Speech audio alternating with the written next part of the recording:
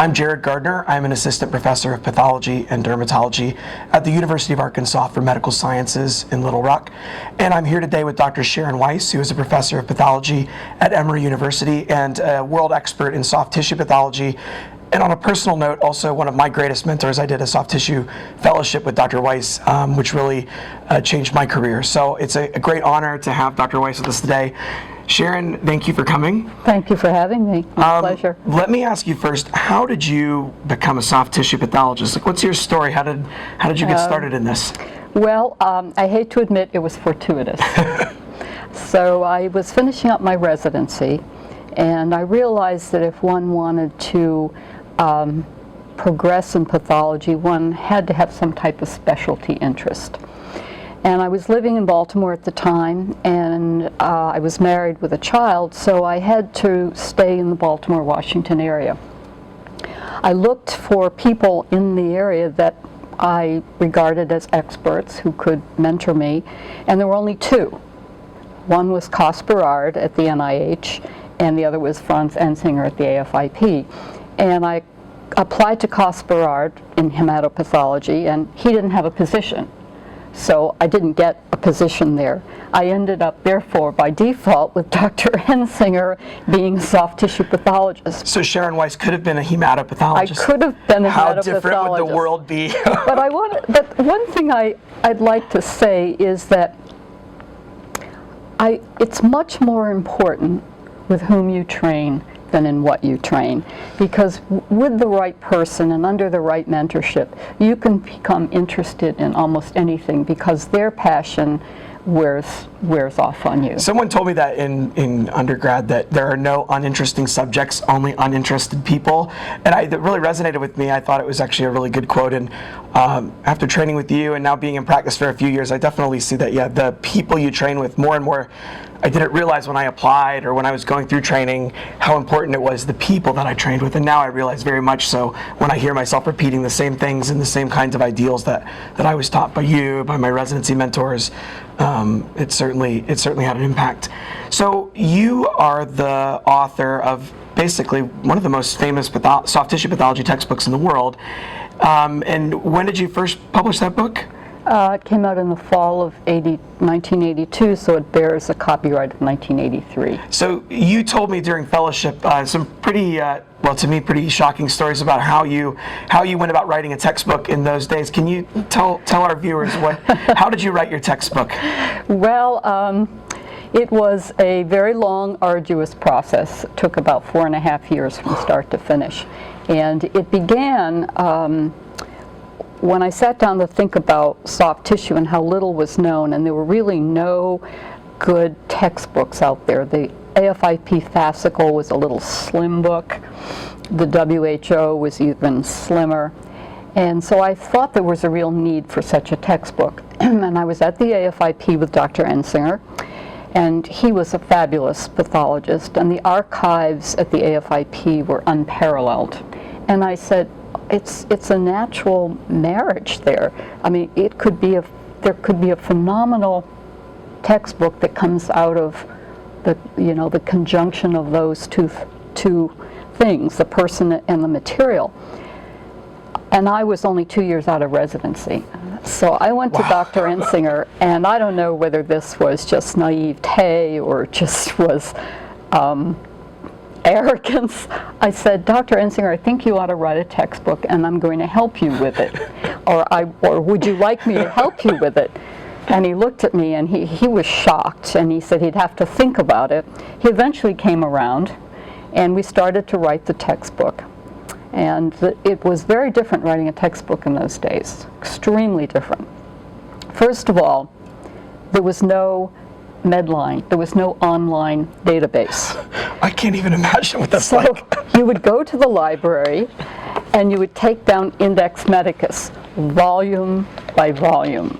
You would open it up to the subject index and you'd find your subject, and you would copy down in handwriting all of the references that you wanted. Then I had a cubicle in the Welsh Medical Library at Johns Hopkins. I'd take all the books off the shelf. It was an open stack. And I would sit in my cubicle and I would read. Now, it would take too long to Xerox these things and then read them at home. So I would take notes in the library. And I took notes using a little tiny typewriter that was one of these quiet writers, so I wouldn't make any noise. And by the end of the week, I would have read pretty much what I had to read, and then I would write on weekends. But keep in mind, there were no computers then. There were no word processors. I can't even fathom what that's like. So it was a hand-typed manuscript, which had to be retyped every time an error was detected. And that's one reason it took us 4.5 years. And I have to tell you that, you know, the fact that I, as a young pathologist, would go to a world expert and suggest we write a book might seem extremely audacious, but I felt validated. After Dr. Ensinger died, his wife called me up and she said, "I just want to tell you something. Dr. Ensinger said if it weren't for you, he never would have written that book." So I said, well, maybe I did something good. That's amazing. Every time I complain about writing a paper, I remember that story and realize I have no right to complain about anything. I can pull it all up on the internet. I can copy paste. I have spell check. It's a different world. I can't imagine that kind of a monumental achievement. And that's a great story about what Dr. Ensinger's wife said. And I realized that too, that not only the people you train with matter, but the people you train have an influence on you. Certainly all of the people that I've trained, my own residents, and fellows have had an impact on me, and I think it's, I guess it's a truism across the specialty. So, well, it's an amazing accomplishment, and I'm certainly glad that you pushed through and did that. I think you have a kind of drive and passion that few people can match. Didn't you also think about coming back into work like right after having a baby to come to a conference? I did. I actually planned my pregnancy around my month of vacation. I had August off, so I said, well, this has to be planned, and my daughter was born on August 2nd. So I had the whole month of August off. I thought about going back for a conference the first week, but I thought that was pushing it. But I did go back to work after that month was over. And you know, in those days, keep in mind that this wasn't very many years after the Feminine Mystique was published, which was, I think, 1963. Women were really living by the old rules. The rule was that you didn't inconvenience anyone else because you were having a baby. So you were expected to really, you know, hit the ground running again after your pregnancy was over. And this was very stressful for many of us. But I can't imagine. But we did it. We did it because that was basically the modus operandi at that time. Even today, it's still not as equal, and there's not as much. My wife had 3 kids during training, and watching her go through that, I realized even today, it's still hard to do. So I can't imagine in a time when it wasn't socially acceptable, Yes. even more so. And you were a chief resident at Johns Hopkins, right? And were you the first female to be a chief resident? I was the first female chief resident in the pathology department. That's wonderful. That's really cool. So you've said a lot of firsts in your life.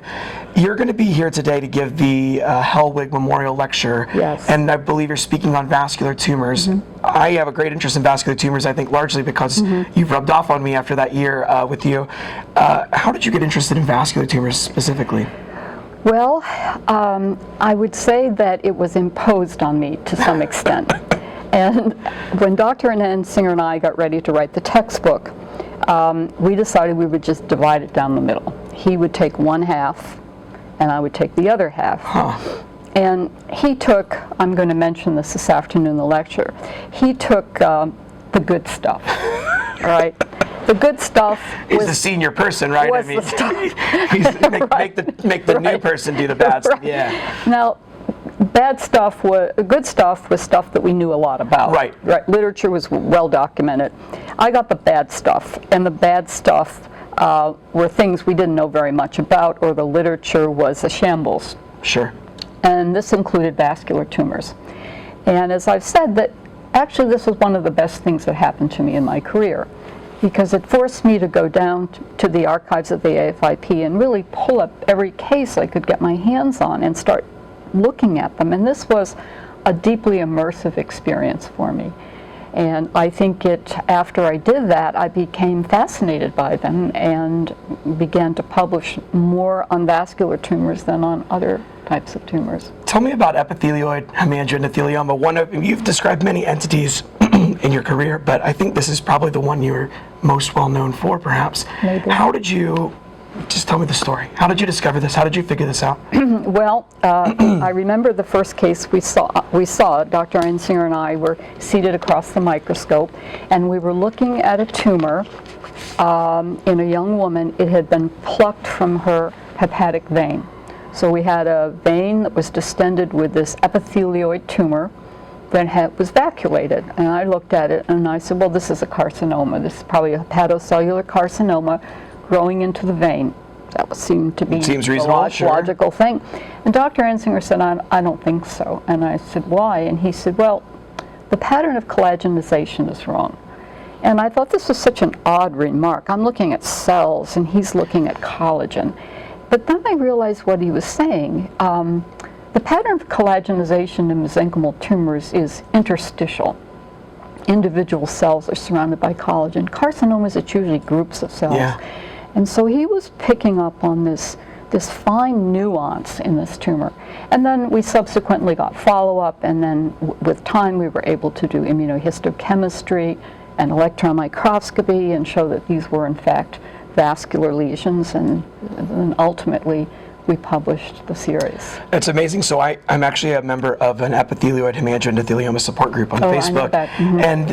And your name is known by those patients. They know what you've done. They recognize what an accomplishment it is, because even to this day, it's such an unusual tumor. It's so different from so many other tumors.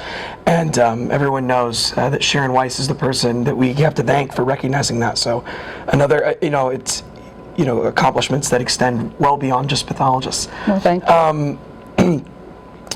You've accomplished a lot in your career, and I think you're someone who's no stranger to accolades and awards. I've seen your CV.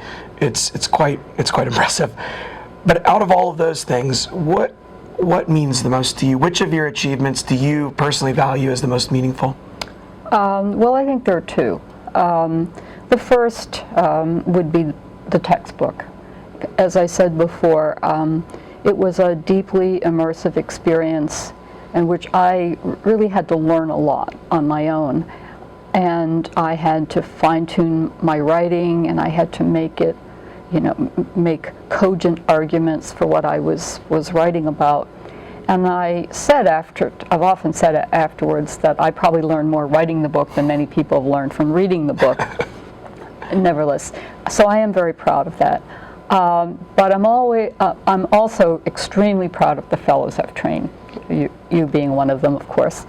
I've trained, I think, 20 fellows in soft tissue pathology, and many of them are now leaders in their field.